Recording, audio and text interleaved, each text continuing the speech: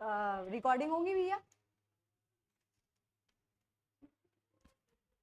Hello hello hello, recording करूँ क्या चालू? अच्छा चलो तो आज हम पढ़ने वाले explanation of the line spectrum of hydrogen using bourse theory. ठीक है, यानी बोर्स ने जो भी एक्सप्लेन किया था हाइड्रोजन एटम के ऊपर, कैसा एटम का स्ट्रक्चर है, उसके बेसिस के ऊपर हम उसके लाइन स्पेक्ट्रम देखने वाले। ठीक है, लाइन इमिशन स्पेक्ट्रम हम ऑलरेडी पढ़ चुके हैं। ठीक है, कि जब हाइड्रोजन को इलेक्ट्रिसिटी देते हैं तो स्पेसिफिक टाइम पे वो एक्साइटेड स्टेट में पहुंचता है और कुछ देर के बाद वो धीरे धीरे क्या होता है, नीचे वापस ग्राउंड स्टेट में पहुंचता है और उस समय वो क्या इमिट करता है, रेडिएशन इमिट करता है। और जब हम वो रेडिएशन को अगर एनालाइज करें स्पेक्ट्रोफोटोमीटर में तो उसका स्पेक्ट्रम मिलता है और उसमें जो स्पेक्ट्रम दिख रहे हैं वो उसमें लाइनिंग जैसे दिखते हैं। ठीक है, इसीलिए हम उसको बोला है line emission spectra of hydrogen atom. ठीक है, और वो जो लाइन जो थी जो हमने स्पेक्ट्रम में देखा था वो कंटिन्यूअस थी क्या डिसकंटिन्यूअस थी? ठीक है, कभी कभी रेगुलर थे, फिर थोड़ा पार्ट इरेगुलर नहीं दिखते थे लाइन, फिर उसके बाद फिर रेगुलर थे, फिर उसके बाद नहीं, यानी वो जो लाइन इमिशन स्पेक्ट्रा था वो कैसा था, इरेगुलर। आज हम देखने वाले कि वही बोर थ्योरी के बेसिस के ऊपर लाइन इमिशन स्पेक्ट्रा कैसे एक्सप्लेन किया। ठीक है, तो सबसे पहले देखो क्या बोल रहा है, the second postulate of Bohr's theory, radiation in emitted when electrons move from outer orbit of higher principal quantum number to an inner orbit of lower principal quantum number. हर एक ऑर्बिट को बताया कि हर एक ऑर्बिट का number को क्या बताया उसने, प्रिंसिपल क्वांटम नंबर एन बताया था ना, एन इज इक्वल टू 1 2 3 4 जो भी है। और क्या बोला था कि अगर जब हायर ऑर्बिट से लोअर ऑर्बिट पे आता है इलेक्ट्रॉन्स तो क्या इमिट करता है, रेडिएशन इमिट करता है। ठीक है, तो देखो वहां पे बताया है कि अगर हायर ऑर्बिट से मूव कर रहा है तो हायर प्रिंसिपल नंबर यानी पहले वाला जो भी उसका ऑर्बिट होगा उसको नाम दिया है एन आई। एन आई यानी कि इनिशियल, आई का मतलब क्या होता है इनिशियल, और एन का मतलब क्या होता है प्रिंसिपल क्वांटम नंबर, यानी वो शेल का नंबर। तो हायर शेल से अगर वो कहाँ जा रहा है, लोअर शेल तक, तो पहले जो शेल होगा यानी पहला क्वांटम नंबर एन आई होगा। ठीक है, इनिशियल, और फाइनल वाला क्या होगा एन एफ। तो एफ और आई का मतलब समझा। तो पहला पॉसिबिलिटी ये था कि हायर से लोअर जा रहा है तो क्या इमिट करेगा, रेडिएशन। एन आई से कहा जाएगा एन एफ, तो क्या इमिट करेगा, रेडिएशन। आगे क्या बोल रहा है, एनर्जी डिफरेंस भी दिया है देखो, initial and final orbit of electron transition corresponding to the energy of emitted radiation. बोल रहा है कि जो भी ये हाइड्रोजन का स्ट्रक्चर था हमने शेल के बारे में पढ़ा था। ठीक है, तो ये क्या बोल रहा है, ये जो शेल का नंबर है इसको किससे दिखा रहा है, एन से, और उसी को क्या बताया है, principal quantum number, principal quantum number. यहां तक समझा सबको? ठीक है, तो हर एक शेल का अपना क्या है, प्रिंसिपल क्वांटम नंबर है। तो अगर कोई समझ लो, मान लो एक इलेक्ट्रॉन इधर ये वाले शेल से, थर्ड शेल से N3 से कहाँ जा रहा है, N1। ठीक है, यानी इसका इनिशियल क्वांटम नंबर कौन सा होगा, Ni N3 होगा। ठीक है, यानी इनिशियल जो भी प्रिंसिपल क्वांटम नंबर था वो कितना था, 3, और फाइनल क्वांटम नंबर कितना है, Nf, जिसको हम बोलेंगे 1। ठीक है, पहले तीसरे शेल पे था और बाद में कौन से शेल पे आया, पहले, इसलिए Ni जो है वो 3 रहा और Nf जो है वो कितना रहा, 1। ठीक है, फिर क्या बोल रहा है, और जो एनर्जी डिफरेंस होगा ये शेल्स के बीच में, जिसको हम किससे दिखाते हैं, डेली से। ठीक है, जो भी एनर्जी इमिट कर रहा है, रेडिएशन की जो भी एनर्जी होगी इमिट कर रहा है, तो क्या इमिट कर रहा होगा, रेडिएशन, और रेडिएशन की क्या होगी, अपनी एक एनर्जी होगी। तो बोल रहा है जो जितनी भी एनर्जी का वो रेडिएशन इमिट करेगा उस रेडिएशन की एनर्जी कितनी होगी, तो कितनी होगी, ये जो दो शेल है, जो आखिरी वाला और कौन सा, पहला, दोनों की एनर्जी के बीच का जो डिफरेंस होगा वही किसकी एनर्जी होगी, उस इमिटेड रेडिएशन की एनर्जी होगी, ऐसा वो बोल रहा है। ठीक है, क्यों, तो देखो इस फाइनली हमको पता है ये हायर स्टेट में जा रहा है, इसकी एनर्जी ज्यादा होगी और इसकी एनर्जी एन आई दिखा है इसको, एन आई यानी कि पहले वाली एनर्जी, और इसकी एनर्जी कैसी है, बाद वाली, फाइनल। ये ज्यादा है और ये कैसा है, कम। जाहिर सी बात है जब ये यहाँ से यहाँ आएगा तो कुछ ना कुछ एनर्जी क्या करेगा, छोड़ेगा। कितनी छोड़ेगा, मान लो इसकी एनर्जी 2 जूल रही, मान लो बोल रही हूँ मैं, एक्चुअली में होगा क्या, ठीक है, या फिर 3 जूल रही और इसकी एनर्जी कितनी जूल रही, 1 जूल। यानी एनर्जी डिफरेंस कितना होगा, दोनों के बीच में एनर्जी डिफरेंस कितना होगा बताओ, कितना होगा, 2। यानी दोनों शेल की एनर्जी डिफरेंस कितना हो रहा है, 2। जो भी रेडिएशन इमिट होगा उसकी एनर्जी कितनी होगी, 2 जूल, ऐसा वो बोल रहे हैं। ठीक है, समझा। सेकंड इसमें क्या बोल रहे हैं कि ऑर्बिट के that energy difference between initial and final orbit of the electronic transition corresponding to energy of emitted radiation। जो भी शेल के बीच में एनर्जी डिफरेंस होगा वो और इमिटेड रेडिएशन की एनर्जी, दोनों की एनर्जी कैसी रहेगी, सेम रहेगी। ठीक है, और डेली के बारे में बताया कि बोर थ्योरी के हिसाब से डेली का फॉर्मूला क्या होगा, EI अपॉन EF। EI का मतलब कोई भी हायर शेल और F का मतलब final, higher energy, initial energy और फाइनल एनर्जी। समझा सेकंड पोस्टुलेट। थर्ड पोस्टुलेट में क्या बोल रहे हैं, देखो ये भी तुमने पढ़ा था एनर्जी निकालने के लिए फॉर्मूला। ठीक है, according to result derive from Bohr theory the energy of orbit is related to its principal quantum number. ये यहाँ से हमको एनर्जी से पता चल रहा है कि बोर थ्योरी के हिसाब से कि एनर्जी जो है कोई भी इलेक्ट्रॉन्स की या फिर कोई भी शेल की, वो किससे रिलेटेड है, उसके प्रिंसिपल क्वांटम नंबर से रिलेटेड है। कैसे रिलेटेड है वो भी बताया है, देखो एनर्जी कैसे रिलेटेड है वो भी उसने बताया है। इस प्रकार से एनर्जी और प्रिंसिपल क्वांटम नंबर एक दूसरे से कैसे है, रिलेटेड है, ऐसा वो बोल रहा है। ठीक है, बोल रहा है।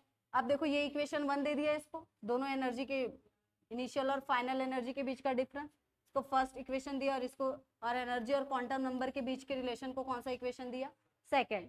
अब ये जो सेकंड वाली जो वैल्यू है ई की, वो किस में पुट करना है तुमको, 1। ई का मतलब ये होता है, तो ई आई का मतलब क्या हो सकता है बता सकते हो, ई यानी ये, तो ई आई का मतलब क्या होगा, आर एच तो कांस्टेंट है जैसे का वैसा, एन के जगह क्या आएगा, एन आई।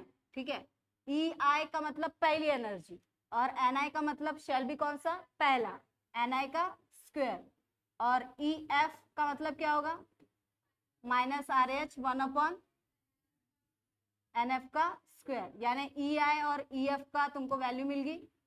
ठीक है, यही वैल्यू तुमको किस में पुट करनी है, इस इक्वेशन 1 में। जब तुम इक्वेशन में वैल्यू पुट करोगे तो आंसर तुम्हारा यही आएगा। देखो ई आई के जगह ये ई आई है, इसके जगह इसकी वैल्यू पुट करो, क्या आएगा, R H upon N I का स्क्वायर, और ई एफ की वैल्यू ये है, तो ई एफ की जगह वाली वैल्यू पुट करोगे तो क्या आएगा, R H into 1, R H ही होगा, minus R H upon N F का स्क्वायर। यहां तक समझा, समझा कैसे पुट किया। ठीक है, ठीक है,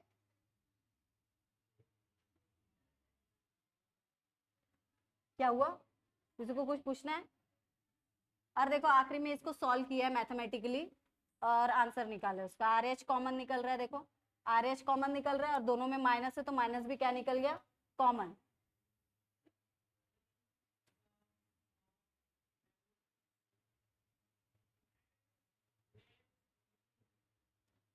इसको सॉल्व करके आंसर बताया, तुम भी इसको सॉल्व कर सकते हो। देखो कैसे आया बता सकता है कोई, ये ऐसा था, del is equal to R H minus R H upon N I का स्क्वायर, ठीक है, minus R H up minus N F का स्क्वायर, ऐसा था। इससे यहाँ पे कैसे गया, बीच के स्टेप पता है तुमको कैसे आया, माइनस माइनस तुमने कॉमन निकाल दिया, बीच में ब्रैकेट में क्या बचा, R H upon N I square. ठीक है, या फिर ठीक है, और ये minus R H upon N F का स्क्वायर।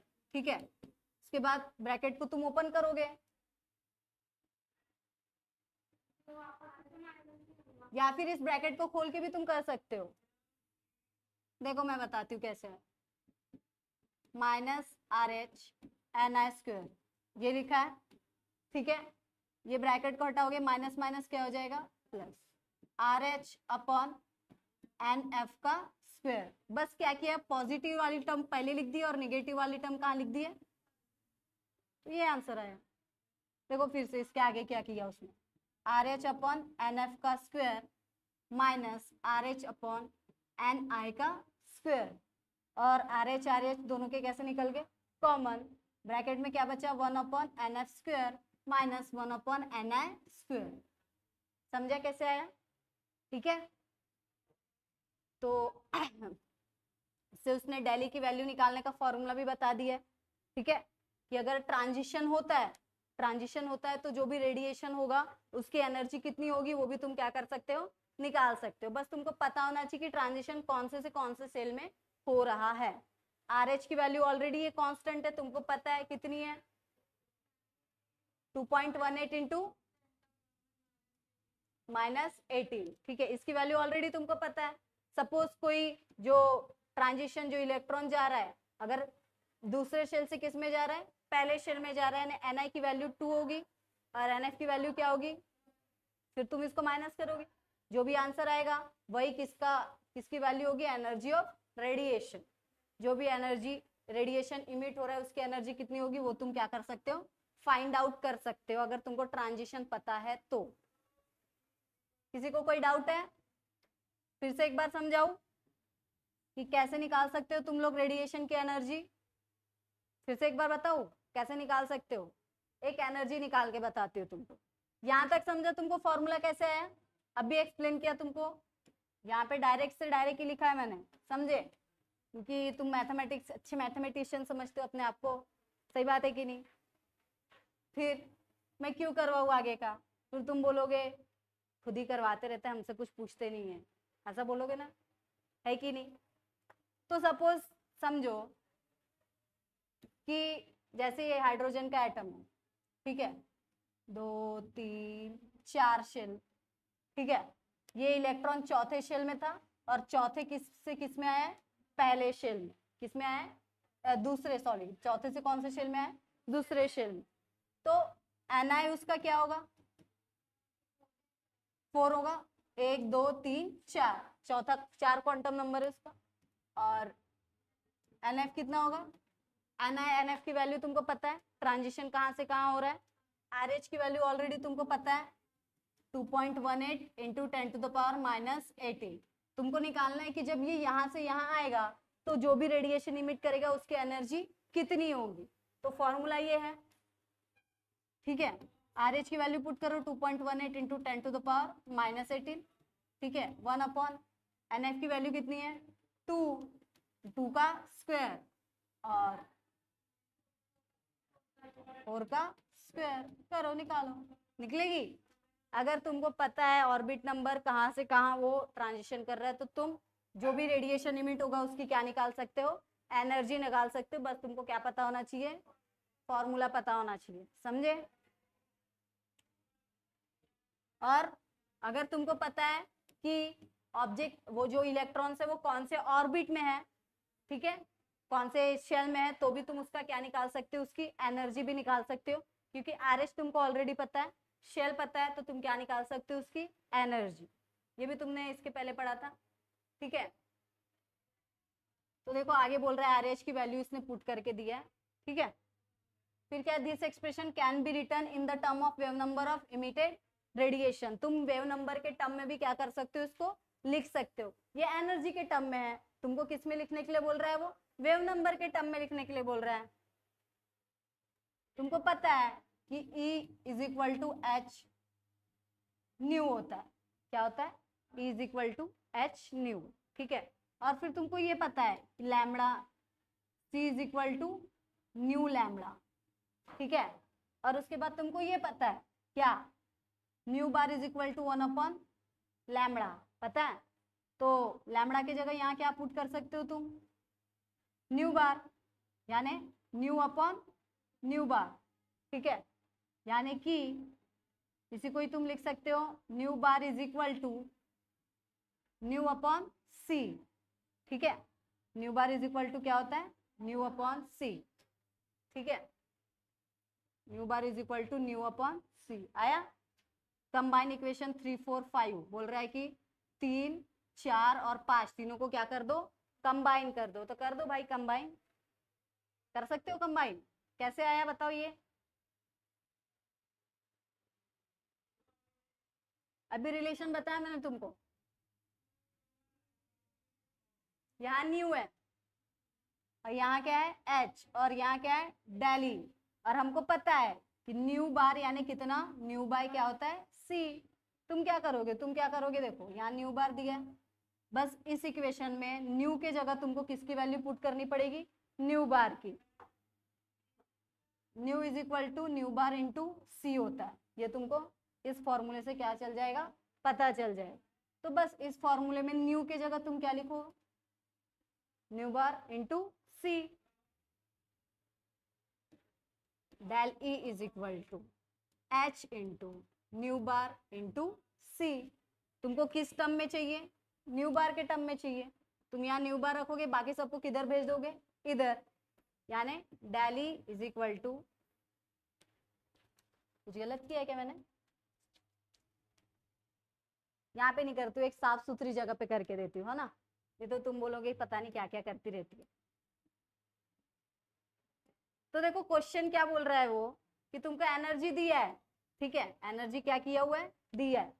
ये एनर्जी का टर्म तुमको पता है कि डेली यानी क्या क्या होता है, ठीक है, डेली यानी तुमको पता है, अभी पढ़ा है तुमको कि -2.18 इंटू 10⁻⁻18 1/ni का स्क्वायर, ठीक है, nf का स्क्वायर माइनस 1/ni का स्क्वायर, ठीक है। बोल रहा है कि यही फॉर्मूले को तुमको किसके टर्म में लिखना है, न्यू बार के टर्म में।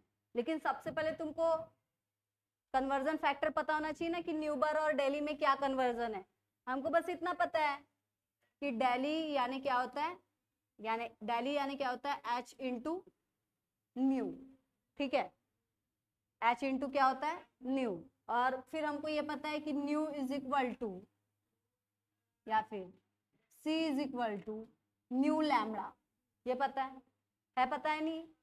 फिर तुमको ये भी था लैम्बडा यानी न्यू बार का उल्टा, हमने लिख दिया, लिखा nu is equal to C into nu bar, ठीक है।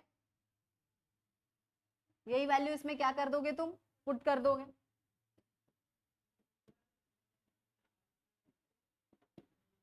ठीक है।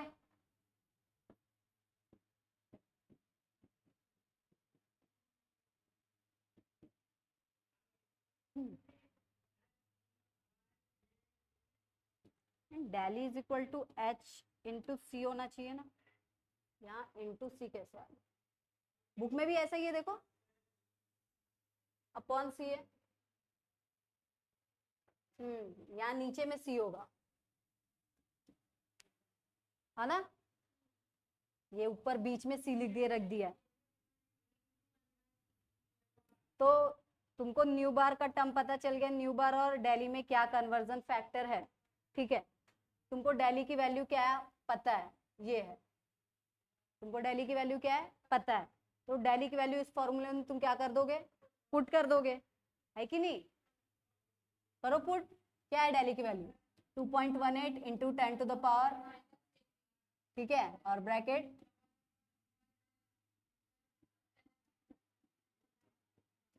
ठीक है, divided by H into C is equal to nu bar, यही होगा ना। फिर 2.18 इंटू 10⁻⁻18 ऐसे लिख सकते हो, एच इंटू सी, ये ब्रैकेट में, क्योंकि इसमें भी क्या है डिनोमिनेटर है, 1/hf² nf² माइनस 1/ni², ठीक है। h की वैल्यू तुमको पता है और c की वैल्यू भी तुमको क्या है पता है, वही वैल्यू इसमें क्या कर दिया, इसने डाल दिया है, देखो 6 इंटू 6.26 इंटू 10⁻⁻34 वो, और इसका भी 3 इंटू 10⁻10, किसका वैल्यू है दोनों की, एच की भी और सी की भी। कैसी है समझा, समझ में आया। तो ये न्यू वेव नंबर के टर्म्स में बताया इसने, ठीक है। तुम ये करेक्शन करो, इस सी को नीचे लिखो, ठीक है, सी को नीचे लिखा है तुम्हारे इसमें, del E upon H into C, ऐसा del E upon H into C, समझा सबको? ठीक है, समझ में आ रहा है तुमको कि और एक बार सॉल्व करके दिखाओ? समझा? फिर देखो यहाँ पे थोड़ी वैल्यू तुमको चेंज लग रही होंगी, कितनी चेंज कर दी है। ये 10 टू द पावर वाला है ना, है कि नहीं? इसके पहले तुमने ये पढ़ा था ना 6.27 इंटू 10 टू द पावर -27 कुछ पढ़ा था, है ना? एच की वैल्यू देखो, 10 टू द पावर माइनस क्या है, प्लैंक कांस्टेंट की वैल्यू माइनस, इसके पहले इतना ही था।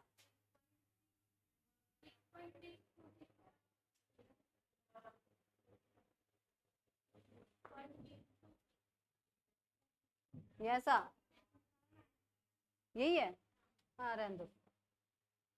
हाँ तो जो भी है पुट की है, और सी की वैल्यू यानी लाइट की वेलोसिटी ऑलरेडी तुमको पता है, 3 इंटू 10 टू द पावर 8। ठीक है, मीटर में है, सेंटीमीटर में कन्वर्ट करोगे तो क्या हो जाएगा, 3 इंटू 10 टू द पावर 10। ठीक है, क्योंकि 1 मीटर है 10 टू द पावर 2 सेंटीमीटर, समझा? इसलिए यहाँ पे क्या है, 3 इंटू 10 टू द पावर 10, ये लाइट की वेलोसिटी है, सी यानी कि लाइट की वेलोसिटी, समझा?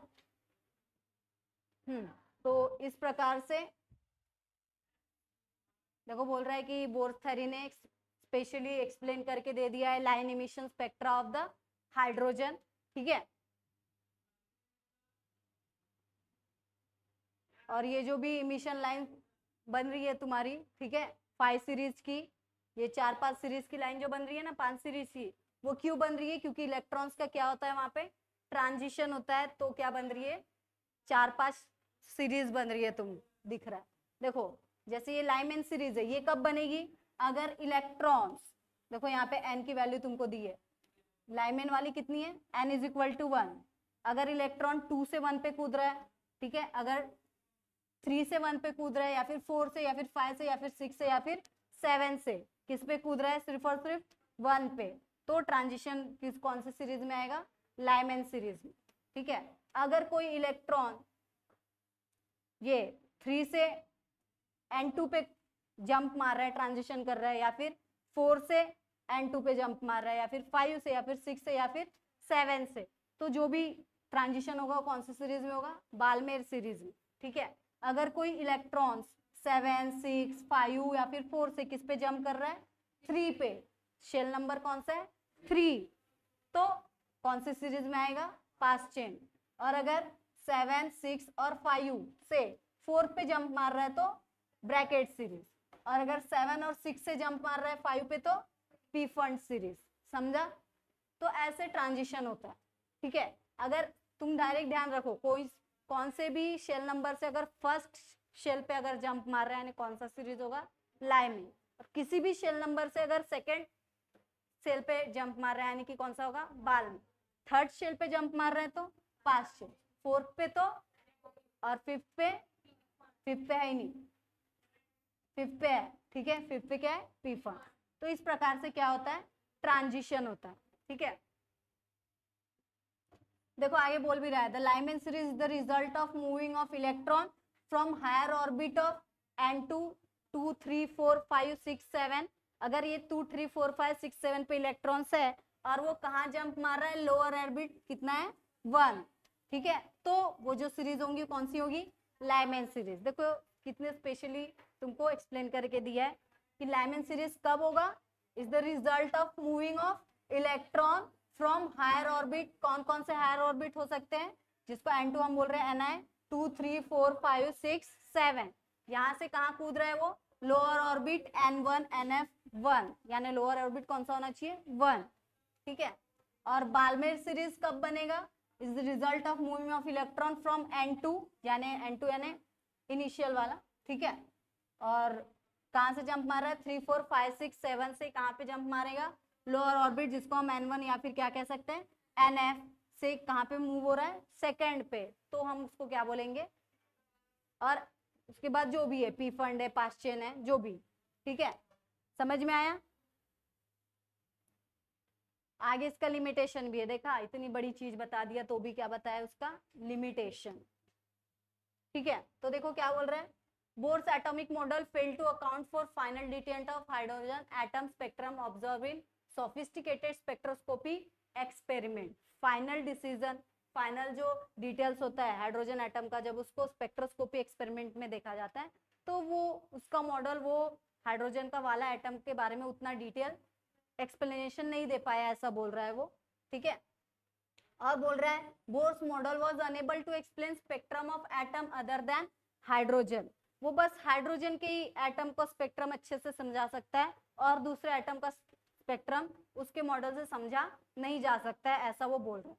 ठीक है, और bore theory could not explain splitting of spectral line in the presence of magnetic field और इलेक्ट्रिक फील्ड, यानी जब भी इलेक्ट्रिक या फिर मैग्नेटिक फील्ड के प्रेजेंस में ये जो स्पेक्ट्रल लाइन है वो क्यों स्प्लिट हो रही है, उसके पीछे का रीजन उसने नहीं बताया है, ऐसा वो बोल रहा है।